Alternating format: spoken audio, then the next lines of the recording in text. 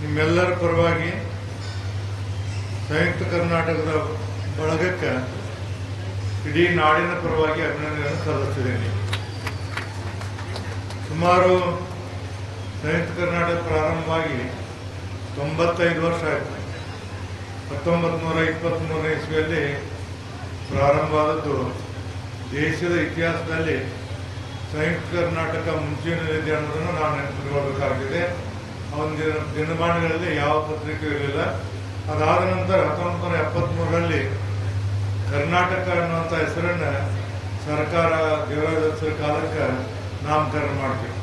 ಅಂದ್ರೆ ಸುಮಾರು ಸಂಯುಕ್ತ ಕರ್ನಾಟಕ ಹುಟ್ಟಿದ 50 ವರ್ಷದ ಮೇಲೆ ನಮ್ಮ ಮೈಸೂರು ರಾಜ್ಯಕ್ಕೆ ಕರ್ನಾಟಕ ಆಯ್ತು ಅನ್ನೋದು ನಾವೆಲ್ಲ ನೆನಪಿಡಬೇಕಾಗಿದೆ.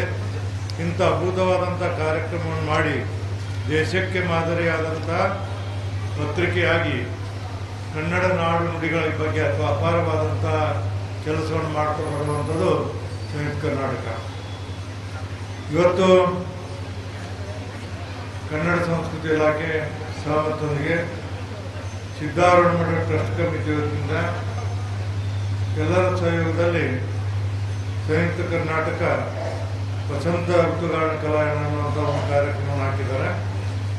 ನಾನೇನು ಹೇಳ್ತೀನಂದ್ರೆ, ಪತ್ರಿಕೆಗಳು ಕೇವಲ ಸುದ್ದಿ ಬಿತ್ತರಿಸಿದ್ರೆ ಮಾತ್ರ ಆಗಲಿಲ್ಲ. ಸಮಾಜದಲ್ಲಿರುವಂಥ ಎಲ್ಲ ಕಲೆ, ಸಾಹಿತ್ಯ, ಸಂಗೀತ ಎಲ್ಲವನ್ನ ಸಮಾಜಕ್ಕೆ ಪರಿಚಯ ಮಾಡಿಕೊಡ್ಬೇಕಾದದ್ದು ಪ್ರತಿಯೊಂದು ಪತ್ರಿಕೆ ಜವಾಬ್ದಾರಿ ಅಂತೇಳಿ ನಾನು ತಿಳ್ಕೊಂಡಿದ್ದೀನಿ. ಈ ಹಿನ್ನೆಲೆಯಲ್ಲಿ ಸಂಯುಕ್ತ ಕರ್ನಾಟಕದವರು 3 ದಿವಸ ಈ ಕಾರ್ಯಕ್ರಮ ಮಾಡ್ತಾರೆ.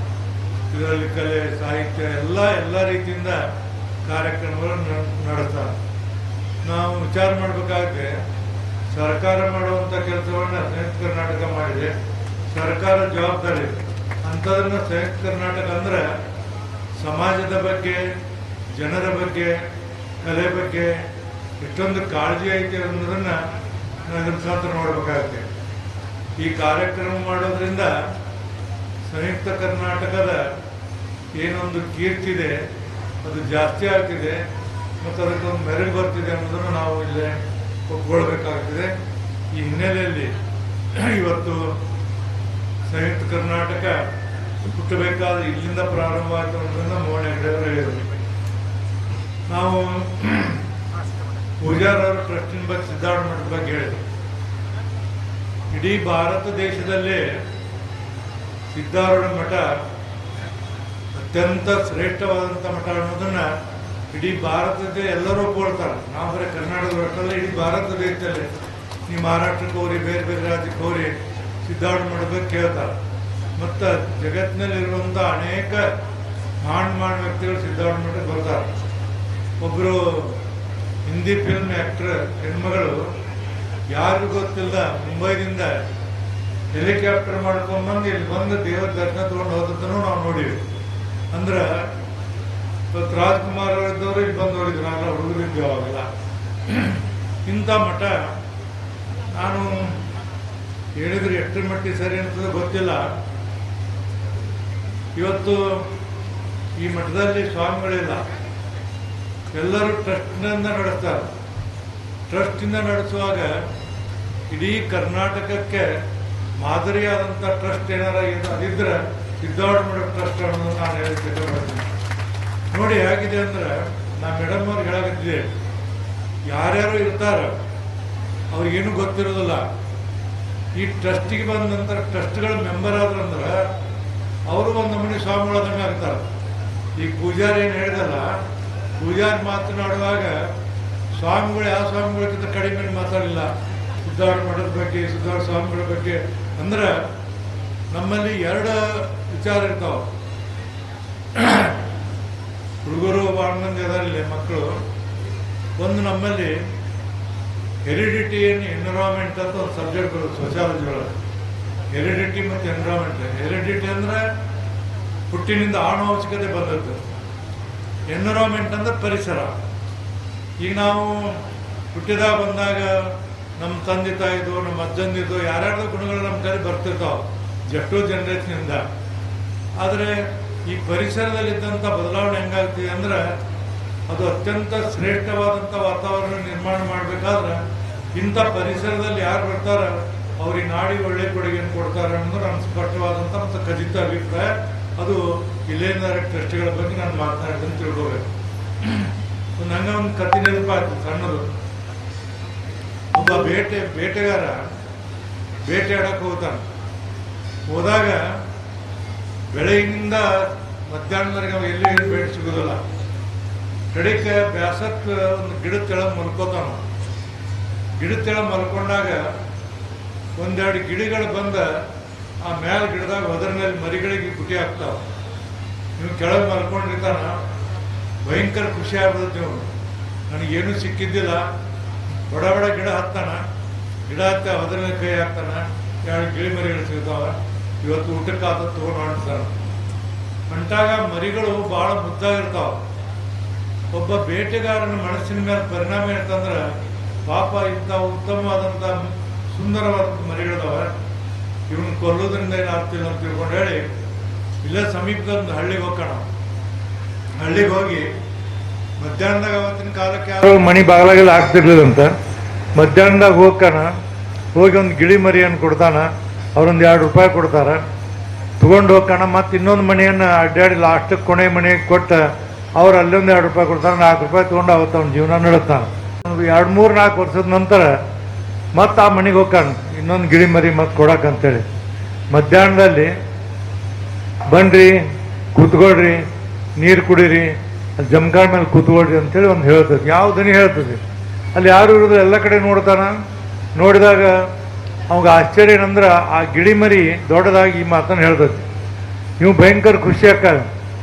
ಹಂಗಾರೆ ಇನ್ನೊಂದು ಎಷ್ಟು ಚೆನ್ನಾಗಿರ್ಬೇಕಂತೇಳಿ ಅದು ಓಡಿ ಹೋಗ್ತಾನ ಕೊನೆ ಮನೆಗೆ ಹೋದ ನಂತರ ಅಲ್ಲಿ, ಏಯ್ ಯಾರು ನೀನು, ಹಿಡಿರವಣ, ಒದಿರವಣ, ಕಡಿರವಣ ಅಂತೈತಿ.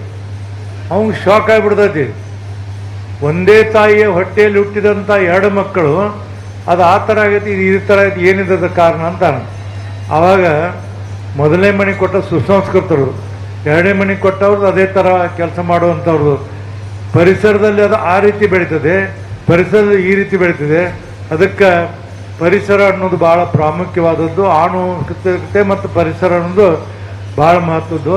ಹಾಗೆ ಈ ಸಿದ್ಧಾರೂಢ ಮಠಕ್ಕೆ ನಾವು ಯಾರು ಬರ್ತೀವಿ ಎಲ್ಲರೂ ಇವತ್ತು ತಮ್ಮಲ್ಲಿರುವಂಥ ಕಲುಷಿತ ವಾತಾವರಣವನ್ನು ಬದಲು ಮಾಡಿಕೊಂಡು ಸ್ವಚ್ಛವಾದಂಥ ರೀತಿಯಲ್ಲಿ ಹೋಗುವಂಥ ಕಾರ್ಯಕ್ರಮ ಆಗಬೇಕಾದ್ರೆ ಈ ಮಠದ ಏರಿಯಾದ ಕಾಲಿಟ್ಟರೆ ಮಾತ್ರ ಆಗ್ತಿದೆ ಅನ್ನೋದನ್ನು ನಾನು ಹೇಳಲಿಕ್ಕೆ ಇಷ್ಟಪಡ್ತೀನಿ. ಈಗ ನಾನು ನೋಡ್ತೀವಿ ಕುತ್ಕೊಂಡಾಗ ಒಬ್ಬ ಕಿವಿ ಹಿಡ್ಕೊಂಡು ಹಿಂಗೆ ಮಾಡ್ಕೊತ ನಿಂತಿದ್ದ 3-4 ಸಲ ನೋಡಿದೆವು ನಾನು. ಅಂದ್ರೆ ಅವೇನೋ ತಪ್ಪು ಮಾಡಿದಾನ, ಇಲ್ಲಿ ಬಂದು ಕ್ರಮ ಕೇಳಿ ದೇವರಿಗೆ ಅರ್ಪಣೆಯನ್ನು ಮಾಡಿ ಹೋದಾಗ ಇವತ್ತು ಅವನ ಜೀವನ ಕೃತಾರ್ಥ ಆಯಿತು ಅನ್ನೋದನ್ನು ನಾನು ಕಣ್ಣಾರೆ ನೋಡಿದೆ ಅಲ್ಲಿ ನಿಂತ್ಕೊಂಡಿದ್ದೊಬ್ಬ. ಅಂದ್ರೆ ಇವತ್ತು ಈ ಏನಿಲ್ಲಿ ಟ್ರಸ್ಟಿಗಳು ಬರ್ತಾರೆ, ಯಾವ ಸ್ವಾಮಿಗಳಿಗಿಂತ ಕಡಿಯಿಲ್ಲ. ಅವರು ಭಾಳ ಉತ್ತಮವಾದಂಥ ಕೆಲಸ ಮಾಡ್ತಾರೆ. ಈ ಟ್ರಸ್ಟ್ ಬೆಳಿಬೇಕಂತಾರೆ, ಟ್ರಸ್ಟಿಗೆ ಒಳ್ಳೊಳ್ಳೆ ಕೆಲಸ ತರ್ತಾರೆ. ನಮ್ಮಂಥವ್ರಿಗೆ ಏನಾರು ಕೇಳ್ತಾರೆ, ಟ್ರಸ್ಟ್ ಬಗ್ಗೆ ಬಂದಿರಿ ಹೆಂಗೆ ಅನಿಸ್ತದೆ ನಿಮ್ಗಂತಾರೆ, ಭಾಳ ಚೆನ್ನಾಗಿದೆ ಅಂತ ಹೇಳ್ತೀವಿ. ಭಾಳ ದೊಡ್ಡದಾದಂಥ ಕಾರ್ಯಕ್ರಮ ನಡ್ತೈತಿ. ಜನರಿಗೆ ನೋಡಕ್ಕೆ ಬಂದಾಗ ಹೇಳಿದೆ, ಇಲ್ಲಿ ಭಾಳ ದೊಡ್ಡದಾದಂಥ ಕಾರ್ಯಕ್ರಮ ನಡ್ತೈತಿ. ಜನರಿಗೆ ನೋಡಕ್ಕೆ ಒಂದು TV ಇತ್ತು, ಅನುಕೂಲತೆ ಇಲ್ಲ. ನಾನು ಹಂಗೆ ಮಾತಾಡ್ತೀನಿ, ಯಾಕೆ ದೊಡ್ಡ TV ಏನು ಹಾಕಿಸ್ಬೇಕು ನೀವಿಲ್ಲ ಅಂದೆ. ಹೌದ್ರಿ ಹಾಕಿಸ್ಬೇಕಾಯ್ತ, ನಾನೇ ಕೊಟ್ಬಿಡ್ತೀನಪ್ಪ ಒಂದು 4 LED ಎಷ್ಟು ಕಿಮ್ಮತ್ತಾಗತ್ತೆ ಹೇಳ್ಬಿಡ್ರಿ ಅಂತ ಹೇಳಿ ಅವ್ರಿಗೆ ನಾನು ಅವ್ರಿಗೆ ಹೇಳಿ. ಇನ್ನುವರೆಗೆ ಅವ್ರಲ್ಲಿ ಅದ್ರ ತಂದು ಕೊಟ್ಟಿಲ್ಲ ನನಗೆ. ಮತ್ತು ನಾನು ನಿನ್ನೆ ಕೇಳಿದೆ ಮುಗಿಸಿಕೊಂಡಿಗೆ, ಬೇಗ ಅದನ್ನು ತರ್ತ್ರಪ್ಪ ಕಿಮ್ಮತ್ತು ನಾವು ಕೊಡ್ತೀವಿ ಅನ್ನೋಂಥ ಮಾತನ್ನು. ಯಾಕಂದ್ರೆ ನಮ್ಮ ಮನೆಯವರು ಅತ್ಯಂತ ಪರಮ ಭಕ್ತರು, ನನ್ನ ಮಗ ಅತ್ಯಂತ ಪರಮ ಭಕ್ತರು. ನಾವು ಅವರಷ್ಟು ಪರಮ ಭಕ್ತರು, ಯಾವಾಗ ಬರ್ತೀವಿ ಹೋಗ್ತೀವಿ ನಮಸ್ಕಾರ ಮಾಡ್ತೀವಿ. ಅವರು ಪ್ರತಿನಿತ್ಯ ನಮ್ಮ ಶ್ರೀಮತಿ ಅವರು 1 ತಿಂಗಳ ಬೆಳಗ್ಗೆ 5 ಗಂಟೆ ಬಂದು ಕಸ ಹೊಡೆದು ಎಲ್ಲ ವರ್ಷ 1 ತಿಂಗಳವರೆಗೆ ಮಾಡಿದ್ರು. ಅವರು ಸಿದ್ಧಾವಡದ ಎರಡೂ ಇವನ್ನ 1 ತಿಂಗಳ ಬೆಳಗ್ಗೆ 5 ಗಂಟೆ ಬಂದು ಕಸ ಹೊಡೆದು ವರ್ಷಿ ಸೇವೆಯನ್ನು ಮಾಡುವಂಥ ಕೆಲಸವನ್ನು ಮಾಡ್ತಿದ್ರು. ನನ್ನ ಮಗ ಯಾವಾಗ ಬಂದು ಇಲ್ಲಿ ಅನ್ನದಾಸು ಮಾಡ್ತಿರ್ತಾನೆ. ಅವರಿಗೆ ಏನಾಗಿದೆ ಅಂದ್ರೆ, ಸಿದ್ಧಾರೂಢರ ಸೇವೆಯನ್ನು ಮಾಡಿದ್ರೆ ಜೀವನದಲ್ಲಿ ಭಾಳ ದೊಡ್ಡ ಸಾಧನೆಯನ್ನು ಮಾಡಿದಂಗೆ ಆಗ್ತಿದೆ. ಸದಾ ನಮಗೆ ಸಿದ್ಧಾರೂಢನ ಆಶೀರ್ವಾದ ಇರ್ತದೆ ಅನ್ನುವಂಥ ಸಂಪೂರ್ಣ ಭಾವನೆ ಅವರಲ್ಲಿ ಬಂದುಬಿಟ್ಟಿದೆ. ಹಾಗೆ ಇಲ್ಲಿ ಬರುವಂಥ ಜನ ಎಲ್ಲ ಉತ್ತಮವಾದಂಥ ರೀತಿಯಿಂದ ಬಂದು ಭಯಭಕ್ತಿಯನ್ನು ತೋರಿಸ್ತಾರೆ. ಅದಕ್ಕೆ ಈ ನಾಡಿಗೆ ಪ್ರಸಿದ್ಧವಾದಂಥ ಮಠ, ನಾ ಹೇಳಿದ್ನಲ್ಲ ನಿಮಗೆ, ಯಾವ ಸ್ವಾಮಿಗಳಿದ್ದರೂ ಈಗ ನಾನು ನೋಡಿದ್ದೇನೆ, ತುಮಕೂರು ಮಠದ ಸ್ವಾಮಿಗಳು, ಗವಿಸಿದ್ದೇಶ್ವರ ಮಠದ ಸ್ವಾಮಿಗಳು, ಇಂಥ ಕೆಲವು ಮಠಗಳು ಪ್ರಸಿದ್ಧವಲ್ಲ. ಅದರ ಸಾಲಿಗೆ ಈ ಸಿದ್ಧಾರೂಢ ಮಠ ಸ್ವಾಮಿಗಳಿಂದ ನಡೆದಿದೆ ಅನ್ನೋದು ಭಾಳ ಉತ್ತಮವಾದ. ಅಂದರೆ ಟ್ರಸ್ಟಿಗಳ ಪರಿಶ್ರಮ, ಟ್ರಸ್ಟಿಗಳಲ್ಲಿರುವಂಥ ಏನು ಅವರ ಒಂದು ಆತ್ಮಬಲ, ಇವೆಲ್ಲವೂ ಈ ನಾಡಿಗೆ ಅಪಾರವಾದ ಕೊಡುಗೆಯನ್ನು ಕೊಡ್ತಾವೆ. ಅದಕ್ಕೆ ಅವರಿಗೆ ನಾನು ಅಭಿನಂದನೆ ಸಲ್ಲಿಸ್ತೀನಿ. ಬರುವಂಥ ದಿನಮಾನಗಳಲ್ಲಿ ಇನ್ನೂ ಹೆಚ್ಚು ಹೆಚ್ಚು ಮಠ ಪ್ರಸಿದ್ಧಿ ಆಗಲಿ. ಆ ಮಠಕ್ಕೆ ಸಿದ್ಧಾರೂಢರಿಗೆ ಎಲ್ಲ ರೀತಿಯಿಂದ ನಾವು ನಮ್ಮ ಸೇವೆಯನ್ನು ಮಾಡುವಂಥ ಅವಕಾಶವನ್ನು ಪಡೆದುಕೊಳ್ಳೋಣ ಅನ್ನುವಂಥ ಮಾತನ್ನು ಹೇಳಿ, ಇವತ್ತೇನು ಸಂಯುಕ್ತ ಕರ್ನಾಟಕದವರು 3 ದಿವಸ ಈ ಕಾರ್ಯಕ್ರಮ ಏನು ಮಾಡ್ತಾರಲ್ಲ, ಈ ಕಾರ್ಯಕ್ರಮ ನಿಜವಾಗಿ ನಮಗೆ ಹೆಮ್ಮೆ ಅನಿಸುತ್ತೆ. ಯಾಕಂದರೆ ಕೇವಲ ಪತ್ರಿಕೆಯವರು ಸುದ್ದಿಯನ್ನು ಮಾಡಿದ್ರಾಗಲಿಲ್ಲ, ಋತುಗಾನ ಅನ್ನುವಂಥ ಇದನ್ನು ಕಾರ್ಯಕ್ರಮ ಮಾಡಿ ಇಲ್ಲಿ ಜಾನಪದ ಮೇಳ, ಸಂಸ್ಕೃತೋತ್ಸವ, ಅಕ್ಷರಲೋಕ, ಬೇರೆ ಬೇರೆ ಎಲ್ಲವನ್ನು ಮಾಡ್ತಾರಲ್ಲ. ಹೀಗಾಗಿ ಪತ್ರಿಕೆಯವರು, ನಾನು ಹೇಳ್ತೀನಿ, ಪತ್ರಿಕೆಯವರಿಗೆ ಕನ್ಸರ್ನ್ ಅಂತ ಏನಂತಲ್ಲ, ಕನ್ಸರ್ನ್, ಆ ಕನ್ಸರ್ನ್ ಏನಾದ್ರು ಇದೆ ಅಂದ್ರೆ ಈ ನಾಡಿನಲ್ಲಿ ಅದು ಸಂಯುಕ್ತ ಕರ್ನಾಟಕಕ್ಕೆ ಮಾತ್ರ ಇದೆ ಅನ್ನೋದನ್ನು ನಾನು ಹೇಳಲಿಕ್ಕೆ ಇಷ್ಟಪಡ್ತೀನಿ. ನನಗೇನು ಯಾವುದೂ ಇದಿಲ್ಲ. ನಾವೆಲ್ಲ ಸಣ್ಣವರಿದ್ದಾಗ ನಮ್ಮ ತಂದೆಯವರು ಪೇಪರ್ ಬಂದ ನಂತರ ಸಂಯುಕ್ತ ಕರ್ನಾಟಕ ಓದಿದ ನಂತರ ಮುಂದಿನ ಕಾರ್ಯಕ್ರಮ ಅವೆಲ್ಲ. ಅವತ್ತಿಂದ ಈಗ 60-70 ವರ್ಷದ ಹಿಂದಿಂದ ನಾನು ಮಾತನ್ನು ಹೇಳಾಗ್ತೀನಿ. ಹಾಗಾಗಿ ಸಂಯುಕ್ತ ಕರ್ನಾಟಕ ಈ ನಾಡಿಗೆ ದೊಡ್ಡದಾದಂಥ ಕೊಡುಗೆಯನ್ನು ಕೊಡ್ತಿದೆ ಅನ್ನುವಂಥ ಮಾತನ್ನು ಹೇಳಿ, ಆವಾಗ ನಾನು 1980ನೇ ಇಸ್ವಿ ಒಂದು ಸರಿ ಎಲೆಕ್ಷನ್ ನಿಂತಿದ್ದೆ. ಆ ಕಡೆ ಬಳ್ಳಾರಿ, ರಾಯಚೂರು ನಮಗೆ ಕಾನ್ಸ್ಟಿಟ್ಯೂನ್ಸಿ ಇತ್ತು. ಅವಾಗೆಲ್ಲ ಪೇಪರ್ದಾಗ ನ್ಯೂಸ್ ಹೋಗಿದ್ದು ಗೊತ್ತು. ಅಲ್ಲಿ ಹೋದಾಗ ಸಂಯುಕ್ತ ಕರ್ನಾಟಕ ಒಂದೇ ಇರೋದು, ಎಲ್ಲ ಕಡೆಗೆ ಹುಬ್ಬಳ್ಳಿಯಲ್ಲಿ ನಡೆದಂಥ ನ್ಯೂಸ್ ಎಲ್ಲ ಕಡೆ ಹೋಗ್ತಿರ್ತಿತ್ತು. ಹಾಗಾಗಿ ಸಂಯುಕ್ತ ಕರ್ನಾಟಕ 95 ವರ್ಷದಿಂದ ಈ ನಾಡಿನ ಸೇವೆಯನ್ನು ಮಾಡಿದೆ. ಅದಕ್ಕೆ 100 ವರ್ಷ ತುಂಬುತ್ತಿದೆ. ನಾವೆಲ್ಲರೂ ಸಂಯುಕ್ತ ಕರ್ನಾಟಕವನ್ನು ಉಳಿಸಿ ಬೆಳೆಸುವಂಥ ಕೆಲಸ ಮಾಡಿದರೆ ಈ ನಾಡಿಗೆ ಒಂದು ದೊಡ್ಡದಾದಂಥ ಕೊಡುಗೆಯನ್ನು ನಾವು ಮಾಡಿದಂಗೆ ಆಗ್ತಿದೆ. ಎಲ್ಲರೂ ಪತ್ರಿಕೆಯನ್ನು ತೊಗೊಂಡು ಓದಬೇಕು, ಅದರಲ್ಲಿ ತಿಳ್ಕೋಬೇಕು, ಮತ್ತು ಅಪಾರವಾದಂಥ ವಿಚಾರಗಳನ್ನು ಸಂಯುಕ್ತ ಕನ್ನಡದಲ್ಲಿ ಬರೆದಿರ್ತಾರೆ. ಇಂಥ ಒಂದು ಪೇಪರ್, ಇಂಥದ್ದೊಂದು ಸಂಯುಕ್ತ ಕರ್ನಾಟಕ ಈ ನಾಡಿಗೆ ಕೊಟ್ಟಂಥ ಕೊಡುಗೆಯನ್ನು ನೀವು ಸ್ಮರಿಸಿ ಈ ಕಾರ್ಯಕ್ರಮ ಮಾಡಿ 3 ದಿವಸ ಮಾಡ್ತಾರಲ್ಲ, ನಿಜವಾಗಿ ಅವ್ರಿಗೆ ನಾವೆಲ್ಲ ಅಭಿನಂದನೆ ಸಲ್ಲಿಸಿದ್ದೀನಿ. ಅದು ಸಂಯುಕ್ತ ಕರ್ನಾಟಕ ಉತ್ತರೋತ್ತರವಾಗಿ ಬೆಳೆಯಂಥ ಶುಭವನ್ನು ಹಾರೈಸಿ ಆ ಸಿದ್ಧಾರೂಢ ಮಹಾಸ್ವಾಮಿಗಳು ಸದಾ ಅದರ ಮೇಲೆ ಆಶೀರ್ವಾದವನ್ನು ನೀಡಲಿ ಅನ್ನುವಂಥ ಮಾತನ್ನು ಹೇಳಿ ತಮಗೆಲ್ಲ ವಂದಿಸಿ ನಾನು ಮಾತನ್ನು ಮುಗಿಸಲು ನಮಸ್ಕಾರ. ಜೈ ಹಿಂದ್, ಜೈ ಕರ್ನಾಟಕ.